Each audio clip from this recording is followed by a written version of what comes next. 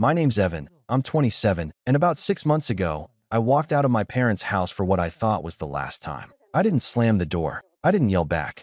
I didn't even pack much, just a duffel bag with a few changes of clothes and my laptop. I was done, completely done. And yet, here I was, sitting on my couch in my new apartment, staring at my phone as it buzzed nonstop with messages from my parents, their numbers flashing across the screen like a bad joke. It was almost funny. Almost. But let me back up.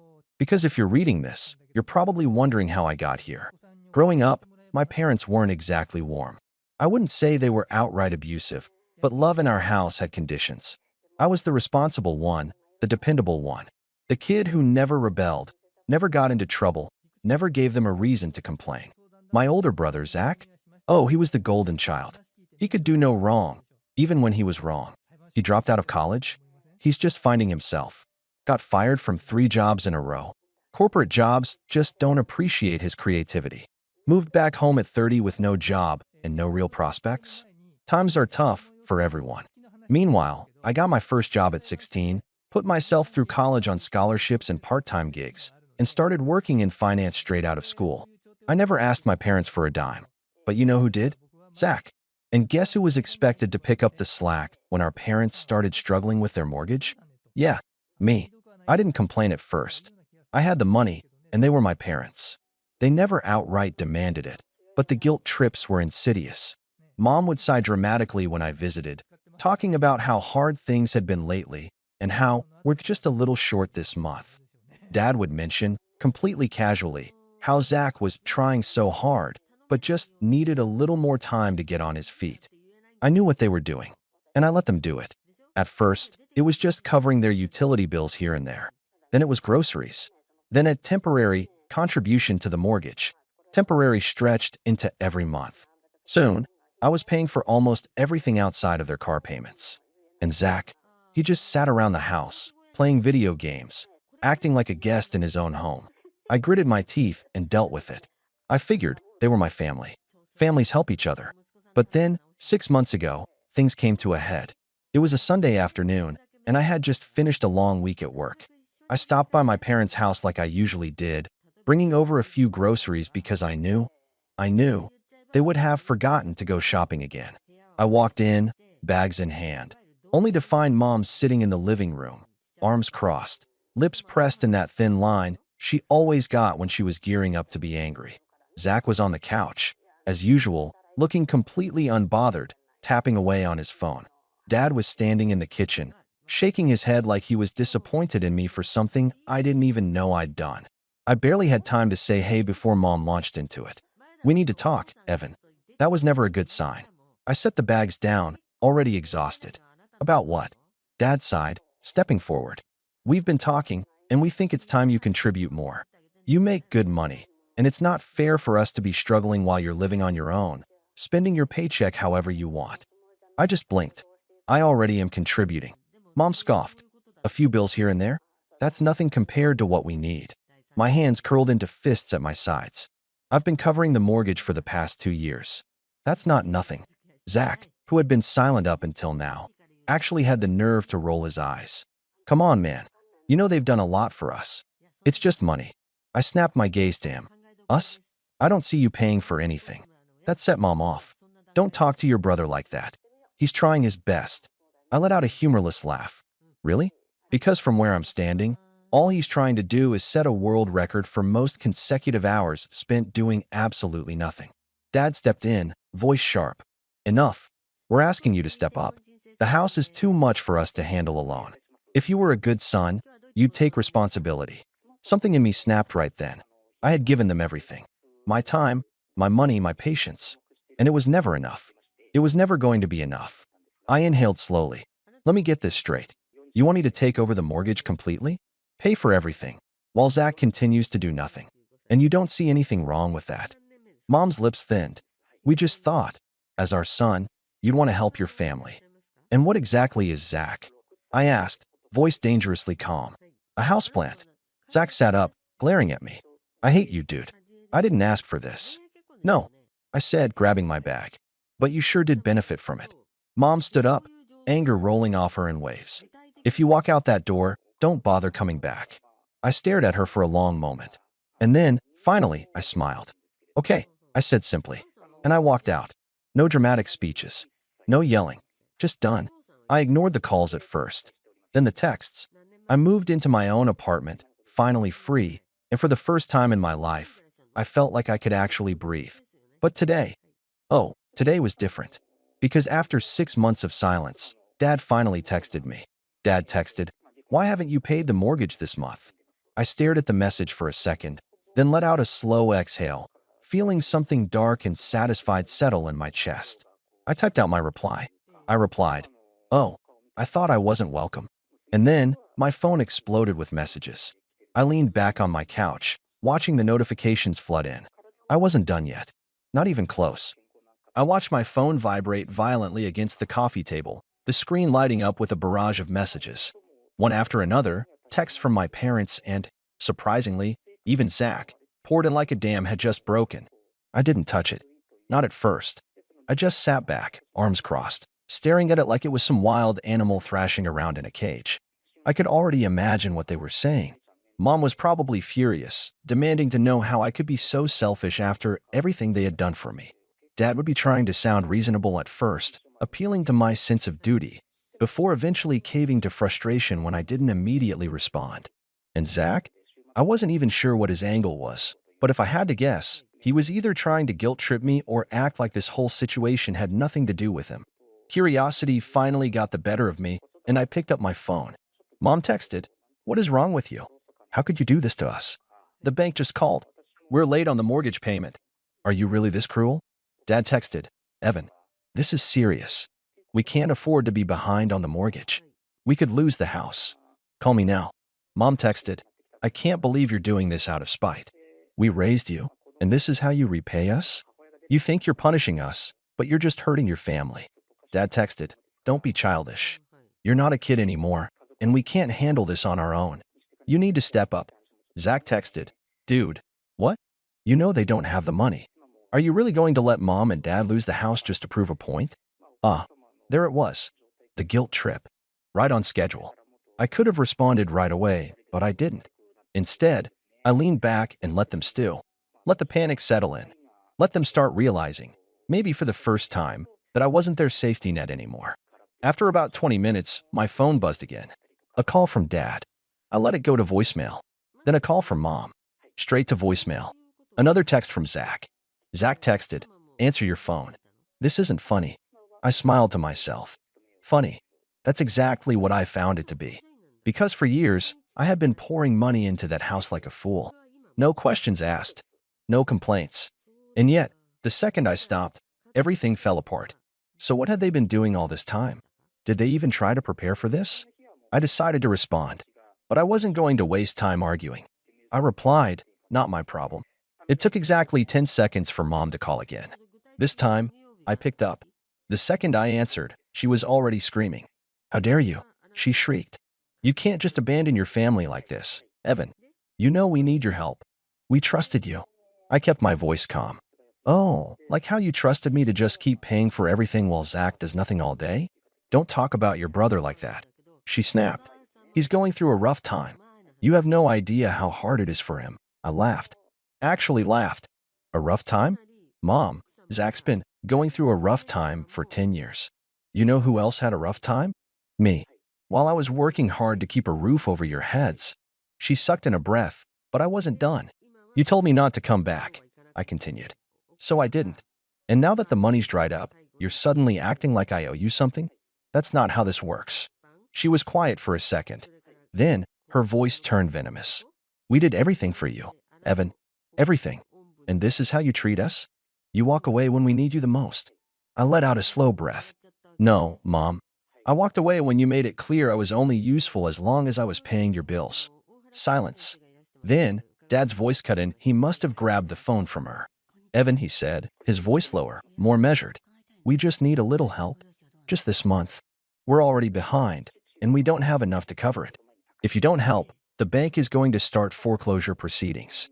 I felt something sharp twist in my chest. Not guilt, anger. Because this was what they did. Always. Push, push, push until I had no choice but to give in. Make me feel like the bad guy for finally setting boundaries. But not this time. I exhaled through my nose. Sell the house then. Mom's voice exploded in the background. We can't sell the house. This is our family home. I shrugged, even though they couldn't see me. Sounds like a personal problem. Dad inhaled sharply, like he was trying to keep his cool. Evan, be reasonable. We just need a little support until we figure things out. Figure things out? I repeated, voice flat. Like how to finally get Zach to pull his weight? Or how to guilt trip me into fixing your mistakes again? Enough, Dad snapped. I'm done begging. You're our son, and you will help us. I felt my lips curl into a slow, bitter smile. There it was. The real them. Not desperate. Not helpless. Entitled. Well, I said, dragging out the word. It looks like you'll have to figure this one out on your own. Then I hung up. Almost immediately, more texts came in. From Mom. From Dad. From Zach. Furious. Desperate. Insulting. But I didn't care. For the first time in years, I finally felt free. But something told me this wasn't over yet. Not even close. A few hours passed, and I was feeling good. Really good. I stretched out on my couch, flipped through some random TV channels, and enjoyed the rare silence of a day where I wasn't getting sucked into my family's endless black hole of demands. Then my phone rang. I sighed, already knowing who it was. But when I checked the screen, I actually laughed. Zach. Again. I let it ring out. A voicemail popped up a minute later. I played it on speaker, mostly for my own amusement. Dude, Zach started, his voice low and serious, like he was some kind of mafia enforcer. You really messed up this time. Mom's crying. Dad's freaking out. You need to call them back and fix this. I rolled my eyes. Fix this. Like I had set their house on fire instead of just stopping my unwilling role as their personal ATM. I was about to delete the message when Zach's voice lowered even more, like he was about to deliver some real tough guy wisdom. You're being selfish, man. You think you're proving some big point, but all you're doing is destroying our family. I swear, if you don't pay the mortgage, I'll click. I deleted the voicemail before he could finish. Zach had always been full of empty threats. What was he gonna do? Yell at me harder? Beg for money aggressively? Before I could even put my phone down, another text came in. This time from Dad. You don't seem to understand the gravity of the situation. This isn't just about us. If we lose the house, you won't have anywhere to come back to, either. I laughed. Come back? Did they think I was going to come crawling back if they just let this go long enough? I tapped out a response. Me. I seem to be doing just fine without it. That must have struck a nerve, because 2 seconds later, my phone exploded with a call from Mom. Against my better judgment, I picked up. I hope you're happy, Evan, she screeched. No hello, no build-up, just straight to emotional terrorism. The bank called again. We have days before they take her home. How could you do this to us? I held back a yawn. You mean the home I apparently had no right to exist in anymore? That one. Don't you dare mock me, young man. Oh, I dare, I said lazily. I really dare. She let out a furious noise, somewhere between a gasp and a growl. I continued, my voice syrupy sweet. Mom, let's recap. A few weeks ago, you told me I was ungrateful and that I should leave and never come back. So I left and never came back. And now you're mad at me for doing exactly what you said. That's not the point. Oh, I think it is. You don't understand, she seethed. This house means everything to us. It's the house you grew up in. And yet, the second I stop paying for it, it's about to collapse like a house of cards. Wild, huh? Silence. I smirked. Say, while we're at it, I gotta ask. What exactly was the plan here? You knew for years that I was covering the mortgage. So what was the grand strategy if something happened to me? Or did you just assume I'd keep slaving away forever? More silence. I let out a fake gasp. Oh, no. You didn't actually think that far ahead, did you? Mom inhaled sharply, like she was about to go on another tirade, but I cut her off. You know, I've been thinking, I said. Maybe it's time for Zach to step up. I mean, he does live there rent-free. Seems only fair, right? Mom actually had the audacity to laugh. Like I had just said the funniest joke she'd ever heard. Zach. She scoffed. Oh, Evan, don't be ridiculous. Zach isn't built for that kind of responsibility. Interesting, I mused. So what you're saying is that I, your other son, was just expected to do it? Because I was built for responsibility? You were always the responsible one, she sniffed. You always knew how to take care of things. Unlike Zach, you actually, I cut her off with a chuckle. A cold, Sharp one. Got it, I said. So I was punished for being responsible, and Zach was rewarded for being a leech. Thanks for finally saying it out loud. Evan, stop being dramatic. Oh, you haven't seen dramatic yet, I said cheerfully. Tell you what, since I'm in such a good mood, I'll make you an offer. There was a beat of hesitation. What kind of offer? I'll call the bank, I said. Right now. Mom inhaled sharply, like she was about to cry with relief. You will? I grinned. Yeah. I'll call them and ask how long you've actually been behind on payments. Because let's be real, there's no way this problem started the moment I stopped paying. Silence. Dead silence. I leaned back in my chair, enjoying the moment. Oh, you didn't think I'd figure that out? I teased. You've probably been missing payments for months, haven't you? But you figured as long as I kept covering for you, you'd be fine. Mom's breathing grew shaky. Evan, I wonder what else I'll find out, I mused. Maybe how much of my money actually went to the mortgage and how much of it just disappeared. No, Evan, listen. Oops, gotta go. I said cheerfully. You know how it is. So many calls to make. And then I hung up. I could already imagine the chaos on the other end. Mom panicking. Dad pacing. Zach sitting there like a useless lump, wondering if this was the part where he finally had to be a functional adult. But this was only the beginning. Because now, I was really mad. The moment I hung up, my phone started blowing up again, calls, texts, voicemails. It was almost comical. 1 second, they were kicking me out like I was some useless extra in their perfect little family. And the next, they were desperately trying to reel me back in. Too bad for them. I wasn't biting. Instead, I leaned back and scrolled through my banking app, checking old transfers I had made to them over the years. Thousands and thousands of dollars, all sent like clockwork. But here's the thing. If the mortgage was barely being paid now, what had they been doing with all that money before? That question buzzed in my mind as I finally made a call, not to them, but to the bank. It took a few minutes to get through, but when I finally spoke to someone, I explained the situation in my best, concerned, and responsible adult voice. Hi, I used to handle my parents' mortgage payments, but I recently stopped. I just wanted to check the status of their account. The rep asked me a few questions, then put me on hold. And when she came back, the answer nearly made me laugh out loud. Sir, it looks like the account has been delinquent for nearly 8 months. 8 months. I ran a hand through my hair, suppressing a whistle. Wow. So, you're saying that even while I was sending them money, they weren't paying? Another pause. It appears so, yes. Now that was gold. I ended the call, a grin stretching across my face. Oh, they were done. But I wasn't done yet. I took a deep breath, then, for the first time since all this started, I actually called Zach back. The phone barely rang before he picked up. Evan. Finally. Dude, you need to fix this. Hey, quick question, I interrupted. Where do you think all the money I sent went? Silence. I pressed on. The bank says they haven't received a full mortgage payment in nearly 8 months. So where did it go, Zach? A long pause. Then, I don't know what you're talking about. I snorted. Oh, come on, man. You live there. You had to notice something. Mom and Dad suddenly buying more stuff? Taking trips? Where did the money go? He spluttered. Why does that matter? The point is, I cut in. They've been lying. They've been letting me pay while they pocketed the rest. And now they're only freaking out because they finally ran out of my money. Another silence. Then, suddenly, Zach let out a frustrated breath. You don't get it, Evan. There are parents. They needed help. Oh, trust me, I said, my voice dripping with sarcasm. I got that memo loud and clear. In fact, I got it on repeat, every month for years. You're being cruel, Zach shot back. You're letting them suffer. No, Zach. I'm letting them face the consequences of their own stupidity. I could practically hear his jaw clenching. But before he could try another guilt trip, I hit him with the real kicker. You know, I was actually gonna feel bad about all this, I said. But after learning they were lying to me for almost a year? Nah, they can figure this out without me. You're making a mistake, Zach growled. I smirked. Yeah? We'll see. And I hung up.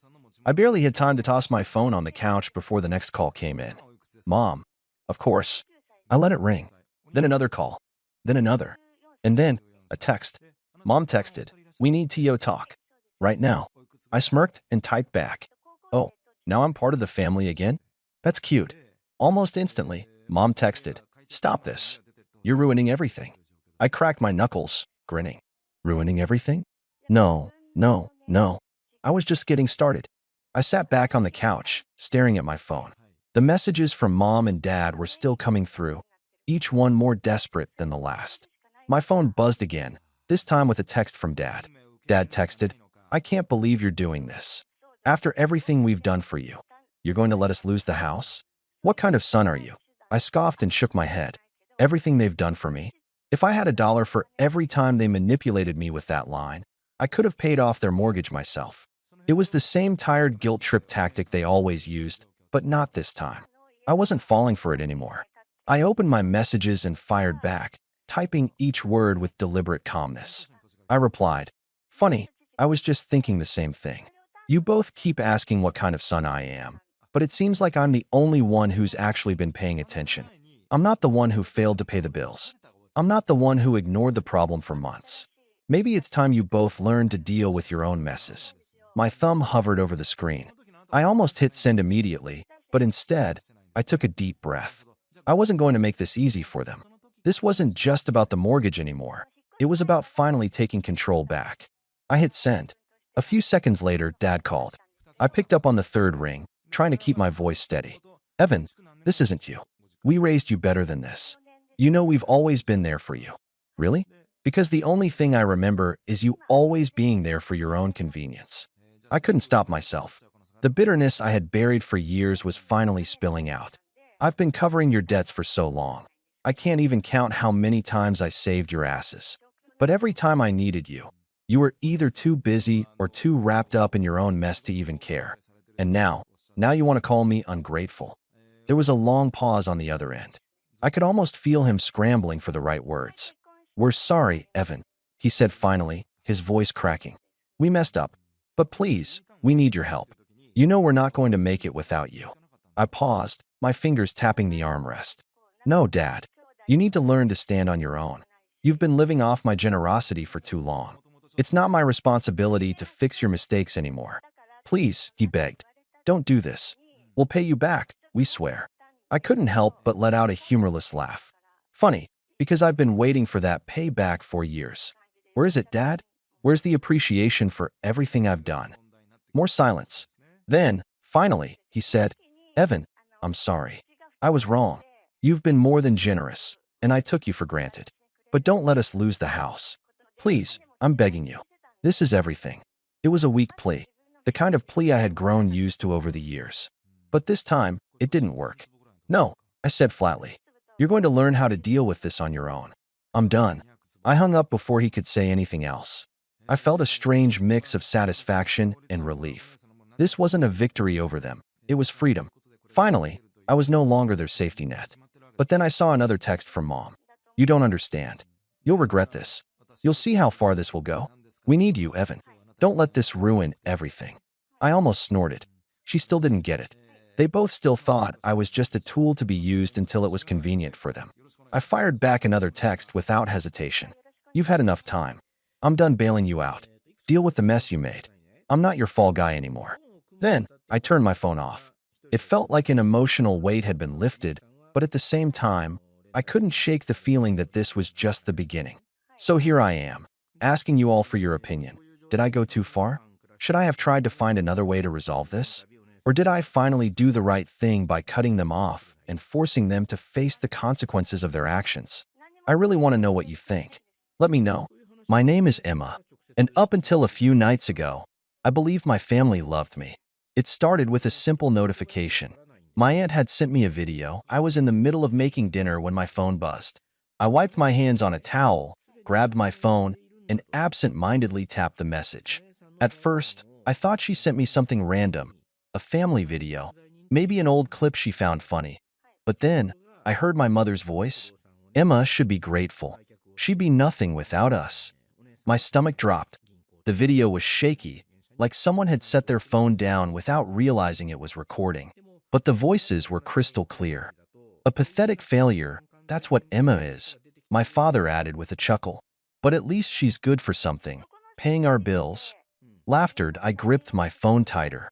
If Emma ever stopped sending money, my aunt, the same one who had just sent this, said with a smirk in her voice, "we'll just guilt her into it." She's too soft to say no. My whole body went numb.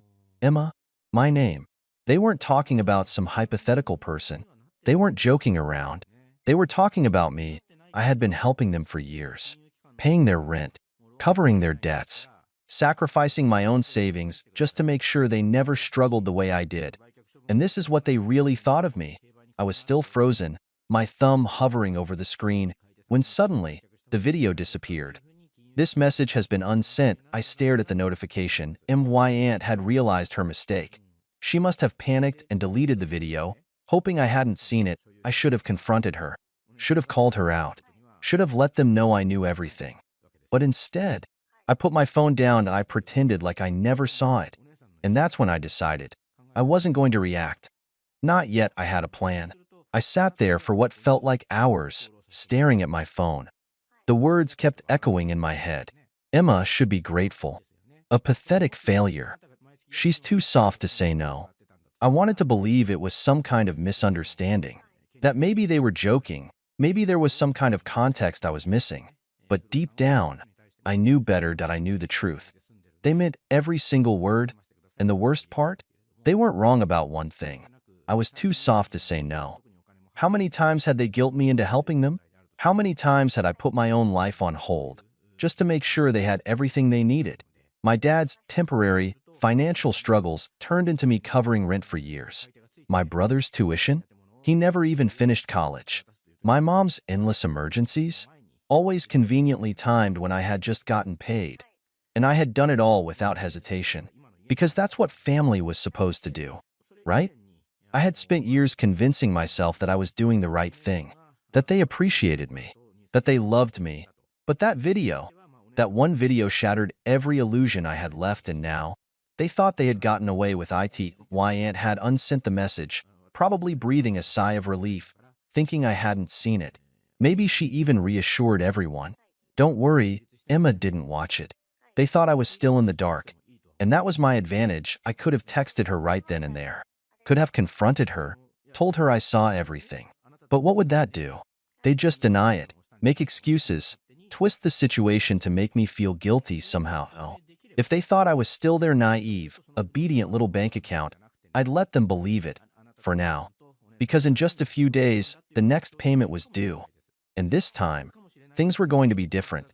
The next morning, I woke up to my usual routine. Except everything felt different. The sun still peeked through my curtains, my coffee still brewed like always, but there was this awareness in the back of my mind. Like I was seeing my life from the outside for the first time. My phone buzzed. A message from my mom. Mom, morning, sweetie. Just checking in. Hope you're doing well. I stared at the message. It was normal. Too normal. She never texted me just to check in. There was always a reason, always a request hidden somewhere. And sure enough, a few minutes later, Mom. Oh, by the way, rent is due soon. Can you send it by Friday? There it was. The same cycle, the same pattern. But this time, I wasn't going to play along. I typed out a response, my fingers hovering over the keyboard. My usual reply would be something like, of course, or no problem. Maybe I'd even apologize for taking too long, just to make sure they never felt inconvenienced. Not this time. That I erased everything and simply replied, me. I can't this month. I stared at the message for a few seconds before pressing send. I set my phone down and waited 1 minute, 2 minutes. Buzz. Mom, what do you mean you can't? I could see the frustration through the screen. I had never said no before. I didn't respond right away. Instead, I took a sip of my coffee, letting her stew in her confusion. A few more messages came in. Mom texted, Emma, this is serious. We're counting on you. You know we don't have another option right now. Another buzz? This time, my aunt. Hey, sweetie, your mom is freaking out. Is everything okay? I almost laughed. Is everything okay? Sure. Everything was great. I had spent years paying for their lives. And the one time I even hinted at stopping, they panicked. Not once did they ask if I was okay, if I needed help. It was never about me. It never had been. I took a deep breath and replied, me. I have some unexpected expenses this month. I can't send anything. Sorry. That was it. No explanation, no apology, and then I waited. What happened next told me everything I needed to know. The silence was deafening. For the first time in years, I had said no, and they didn't know how to handle it. I stared at my phone, watching the three little dots appear and disappear over and over. My mother was typing, stopping, typing again. I imagined her sitting there, seething, trying to figure out the perfect way to manipulate me into changing my mind. Then, finally, her response came through. Mom texted, "Emma, what do you mean unexpected expenses? What could possibly be more important than your family?" There it was. The guilt trip. The same tactic they'd always used that I didn't reply. I just let the message sit there. Less than a minute later, "Mom, you know your brother has no way to cover rent. If he gets kicked out, that's on you, dada." The brother card. Classic. Then another message, "Mom, we raised you, Emma. We took care of you when you had nothing. Is this how you repay us?" I clenched my jaw, my fingers tightening around my phone. When I had nothing, they never took care of me. I put myself through school. I worked 3 jobs to escape that house. And the moment I had money, they latched onto me like leeches, draining me dry. I had nothing because they took everything. My phone buzzed again. Aunt texted, "Emma, sweetheart, don't do this. We're family. Your mom is just upset. You know how she gets. Just send the rent and everything will be fine. Everything will be fine." Fine for who? I put my phone down, my heart pounding. I needed a second to breathe, to think. I walked to the kitchen, poured myself a glass of water, and took a slow sip. Staring at the clock on the wall, I could feel it. Something shifting inside me. For years, I had been scared of this moment. Scared that if I ever stopped paying, they'd hate me. They'd cut me off. They'd turn their backs on me. But now, I knew the truth. They never loved me. They loved what I could give them. And the moment that stopped, they would show me exactly who they were. I walked back to my phone, picking it up with steady hands. This time, the message was from my father. Dad texted, "Emma, I don't know what's gotten into you, but this is unacceptable. You're being selfish. This family needs you, and you're acting like some entitled brat. Grow up and do the right thing." There it was. The final mask slipping. No more fake sweetness. No more pretending to care. Just demands. I stared at the words, my heart pounding in my ears, and then another notification popped up. A voice message from my aunt. My hands trembled as I hesitated, my thumb hovering over the play button. Something told me this was going to change everything. I hesitated. For a long moment, I just stared at the little play button on the screen. A voice message from my aunt. My heart pounded against my ribs. She wasn't the type to send voice messages. If she had something to say, she usually sugar-coated it in text. Passive-aggressive, but with just enough fake sweetness to make me feel guilty. But this was different. Slowly, I pressed play. Her voice came through, sharp and impatient. "Emma, listen. I don't know what kind of game you think you're playing, but this isn't funny. Your mother is losing her mind. Your dad is furious. And honestly, I don't blame them. You've always been, well, a little ungrateful, but this is beyond selfish." I felt my stomach tighten, but I forced myself to keep listening. "You have a good job, don't you? You make more than any of us. You don't even need that money. Meanwhile, your family is struggling. And what? You just wake up one day and decide you don't care anymore?" A bitter laugh. "You owe them, Emma. After everything they've done for you, after all the sacrifices they made, they gave you life. And now, you're just going to walk away? Pretend they don't exist? What kind of daughter does that?" She exhaled sharply, and for a second, I thought she was done. But then, you know what? Her tone darkened, colder now. "If you really want to be that kind of person, fine. But don't expect them to forgive you. Don't expect to come crawling back when you realize how much you need them. Because once you cross this line, there's no coming back." The message ended. Silenced, I let the words settle, my thumb hovering over the replay button. My ears rang. My hands numb. I should have felt scared. I should have panicked. I should have been scrambling to make things right, to fix this, to apologize. But instead, I felt calmed. I don't know. More than that, I felt free. Because she had just confirmed everything. They didn't love me. They didn't respect me. They didn't even see me as a person. I was just a bank account to them. A walking, breathing ATM. And the moment I stopped handing out money, I was nothing. And if that was the case, then maybe it was time to be nothing to them. My phone buzzed again. Another message from my mother.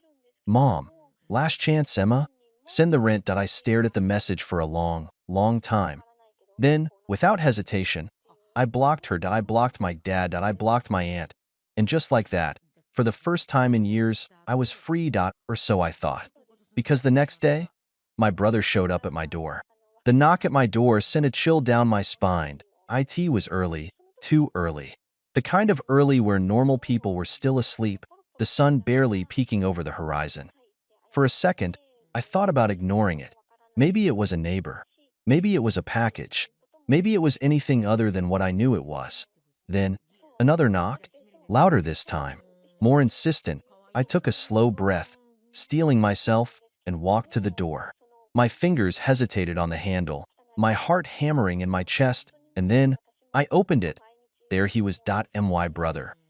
His face was twisted in something between anger and desperation, his clothes wrinkled like he hadn't slept. His eyes, God, his eyes, they were bloodshot, wild. Are you serious, Emma? His voice was sharp, like a blade pressed against my skin. What the hell is wrong with you? I blinked, keeping my expression neutral. Good morning to you too, he scoffed, running a hand through his already messy hair. Don't do that. Don't act like this isn't a big deal. You blocked everyone. Mom is freaking out. Dad's losing his mind. You're just, what? Cutting us off? Pretending we don't exist? I crossed my arms, leaning against the doorframe. I don't know, Jason. Maybe I just got tired of being treated like a piggy bank. His jaw clenched. Oh my God, not this again. Not this again? I let out a bitter laugh. Jason, I've been paying your rent for years. I've covered your bills, your food, even your stupid gym membership. And the one time I say no, the one time I set a boundary, Mom calls me a selfish brat. Dad says I'm unacceptable. And you show up at my door like I committed a crime. His lips parted like he was going to argue. But no words came out, so I kept going. And don't even try to pretend you care about me. I saw the video. His face went pale. For the first time, real fear flashed in his eyes. What video? I smiled, but it wasn't a kind one. You know exactly what video? Jason shifted on his feet, glancing away, his hands balled into fists. Look, it wasn't serious, okay? We were just joking. You're being dramatic. Joking? My voice was quiet now, but sharp as glass. You all sat around laughing, calling me a pathetic failure, saying I should be grateful for the chance to pay your bills. Do you know what that feels like, Jason? To hear your own family talk about you like that? He exhaled harshly, rubbing his face. Emma, come on. No. I cut him off. You come on. You want money? Get a job. You want someone to take care of you? Find someone else. Because I'm done. Silenced, he just stood there, staring at me. And for a second, I saw something flicker across his face. Something raw. But it was gone just as quickly. You don't mean that, he muttered. I held his gaze. Yes, I do. Another silence. Then, his expression hardened. His mouth twisted into something ugly. Fine, he spat. You want to be a selfish BTCH? Go ahead. But don't come crawling back when you realize you have no one left. Asterisk, and with that, he turned and walked away. I stood there, watching him go, my chest tight but my spine straight. Because he was wronged, I did have someone left. I had myself. But just as I closed the door, letting out a shaky breath, my phone buzzed. I glanced at the buzzing phone again, the familiar name flashing on the screen. It was my mother, but I wasn't going to pick up. Not this time. I had been at her mercy for so long. Her demands, her guilt trips, the way she'd used my own sense of responsibility against me, manipulating me into giving up everything I had just to keep her from falling apart. Not anymore. I turned the phone over, face down, and walked away. The truth was, I was done.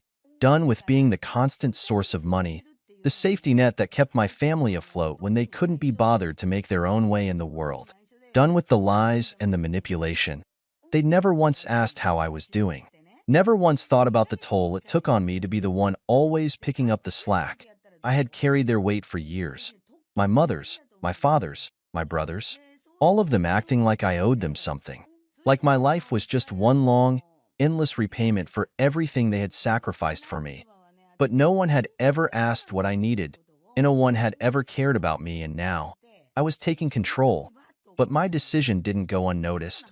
The next morning, as I sat in my living room, the silence felt suffocating. The weight of my choice was starting to settle in, but there was no regret, no second guessing. I'd made the right decision. Then, my doorbell rang. I wasn't surprised. It was Jason. I could tell by the way he knocked, demanding, impatient. The last person I expected to show up, but somehow, not surprising, I opened the door slowly, keeping my face neutral. "Emma," he started, the usual arrogant tone gone, replaced by something almost pleading. "You need to listen to me." I didn't invite him in. I stood in the doorway, arms crossed. "I don't need to listen to anything you have to say, Jason." He blinked, taken aback. "Good. No, you don't understand." His voice softened, almost desperate. "Mom's freaking out. Dad's calling me, asking what's going on. They don't know how to fix this. You've cut us all off. You can't just leave us hanging like this." I scoffed, leaning against the doorframe. "Oh, I'm sorry. Did you think I was just going to keep enabling you? Keep paying for your rent, your bills, and pretending everything was fine? No, Jason, I'm done. I don't care how much you or mom or dad beg. I'm done playing the role of the family ATM." His eyes flickered with anger. "You're acting like we've never done anything for you. Like we're all just users, right?" I didn't flinch. "Oh, believe me, I know exactly what I've been to you all. I've been a cash machine, a free ride, and I'm tired of it." Jason's face twisted. "You can't just leave us hanging like this. You owe us, Emma." The words stung, but they didn't break me. They only made me more resolute. "I owe you? I've given you everything. I paid for your rent, your groceries, your bills, while you just sat there and watched me do it. And you want to talk about oh?" His fists clenched at his sides. "You'll regret this. You'll regret cutting us off." I couldn't help but laugh. "No, Jason, you'll regret it, because I'm not the one who needs you anymore." Without waiting for a response, I slammed the door in his face. It felt good, but I knew the drama was far from over. Later that night, my phone buzzed again. I almost didn't want to check it, but the curiosity gnawed at me. It was from my dad. "Dad, we raised you, Emma. Don't think you can just walk away from everything we've done for you. You're making a huge mistake. Come back. We'll talk about it. We'll fix this." I could almost hear the desperation in his words. I sat there for a moment, the phone still in my hand. I could have ignored it. I could have blocked him too. But instead, I had a better idea. I wasn't just going to block them. I was going to make them pay for every single lie, every single moment they'd taken me for granted. And it was going to start now. I stood up, walked to my desk, and opened my laptop. It was time to send them a message they'd never forget. And so I started typing. I sat at my desk, staring at the screen of my laptop, my fingers hovering over the keys. I wasn't just going to sit back and let them waltz back into my life as if nothing had happened. No, I was done being the punching bag. This time, I was taking control. I thought back to everything I had done for them, all the payments I had made, the bailouts, the times I had swallowed my pride and helped them even when I knew I was the one being drained. No more. Now it was their turn to feel the sting of their actions. I opened my email and started typing. First, I gathered all the financial records, every payment I'd ever made for their bills, every bank transfer, every check I had sent over the years to help cover their mistakes. It was time to remind them of what they had taken from me. I included a note at the top of the email. "Here's a detailed summary of everything I've done for you over the years. I'm done being your lifeline. I'll no longer be your ATM. And I'll no longer let you make me feel guilty for choosing myself. Consider this my final invoice. You don't owe me anything anymore, but you will owe yourself the realization of how much I've sacrificed, all because I thought family was supposed to help each other, not drain each other." Then, I attached the receipts, the bills, the payments that I hit send. But that wasn't the end. Not by a long shot. I logged into the family group chat where they used to keep me on edge with their complaints, their endless demands. I scrolled through the messages, reading the ones where they claimed they needed me, where they'd guilt me into helping them. Then, I did something I hadn't done in years. I replied, "You all talk a lot about what you've done for me, but you've forgotten how much I've given up for you. And here's the reality check. You never needed me. You just used me. I'm done. This is my last message. Don't ever contact me again." I sent it. The silence after was almost sweet. I leaned back in my chair, letting the weight of the decision wash over me.